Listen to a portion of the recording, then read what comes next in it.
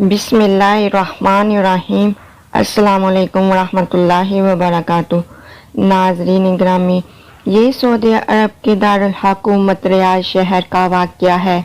एक नेक खातून रमज़ानुल मुबारक के महीने में हर रोज़ अफ्तार से पहले तमाम बच्चों को इकट्ठा करती और इनसे कहती कि जो कुछ मैं कहूँ और करूँ तुम भी वही कहना और करना। फिर वो दुआ के लिए हाथ उठाती और कहती, या इलाही हमें अपना घर अता कर जिसके आगे एक नहर हो। तमाम बच्चे भी हाथ उठाते और कहते, या इलाही हमें अपना घर अता कर जिसके आगे एक नहर हो। इस खातून का शोहर हंसता और कहता, अपने घर की बात तो समझ आती है, लेकिन ये घर के आगे नहर होने का क्या मतलब है? इस सहराई इलाके में नहर कहाँ से आएगी? बीवी इसे जवाबन कहती, आपको इससे क्या गर्ज? ये हमारा और अल्लाह ताला का मुआमला है, आप बीच में मत आइए। वो रब तो कहता है, मुझसे जो मांगो मैं अता करूँगा। हम तो जो जी में आएगा मांगेंगे और बार बार मांगेंगे।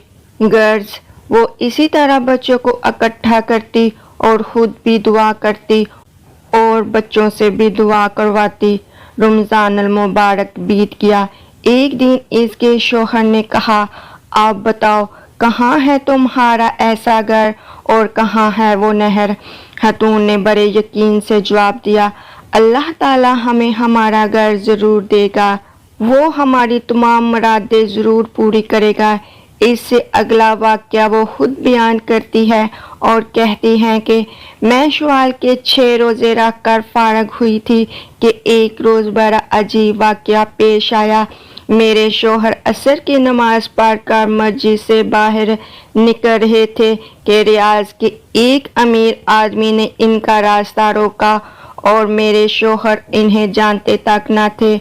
आदमी ने इन्हें सलाम किया और कहा, मेरे पास एक घर है, आधे घर में तो मैं अपने वालिद के साथ रहता हूँ, मगर घर का दूसरा निस्फ हिस्सा खाली पड़ा है। अल्लाह ताला ने मुझे और मेरी औलाद को अपने फजलो करम से बहुत नवाजा है। हमें इस आधे घर की ज़रूरत नहीं।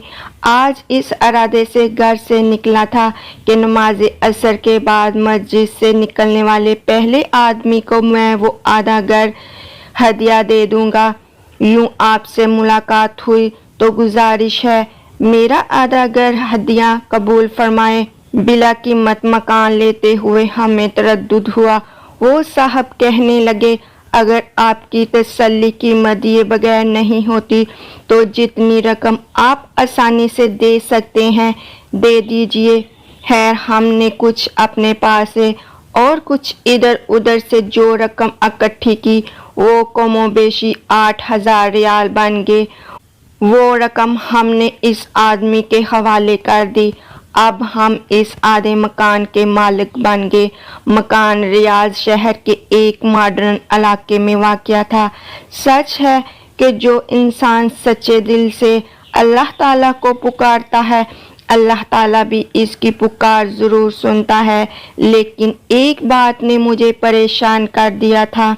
मैंने अल्लाह से जो घर मांगा था इसके आगे नहर होनी थी। मकान तो मिल गया पर इसके आगे नहर नहीं थी। मैंने एक आलिम दीन से पूछा कि अल्लाह ताला तो फरमाता है कि मुझसे जो मांगो मैं तुम्हें अता करूँगा। मैंने अल्लाह से नहर के किनारे घर मांगा था, घर तो मिल गया लेकिन नहर नहीं मिली। इन आलिम दीन को मेरी दुआ और मेरे एकाने कबूलियत पर बड़ी हैरत हुई। उन्होंने दरियाफ्त किया, इस वक्त आपके घर के सामने क्या है? मैंने कहा, इस वक्त हमारे घर के सामने एक खूबसूरत मस्जिद है। आलिम दीन मुस्कुराए और फरमाया, ये नहर ही तो है। फिर उन्होंने मेरे सामने ये हदीस मुबारक बयान की कि हदीस में नबी करीम सल्लल्लाहु अलैहि वसल्लम ने एक सहाबी से फरमाया कि आदमी के घर नहर किनारे हो और वो इसमें रोज़ाना 5 मरतबा गुस्ल करे तो क्या इसके बदन पर मैल कुचैल रहेगा? सहाबाए किराम रज़ी अल्लाह ताला अन्हा ने जवाब दिया, नहीं या रसूल अल्लाह, इसके बदन पर मैल कुचैल बाकी नहीं रहेगा।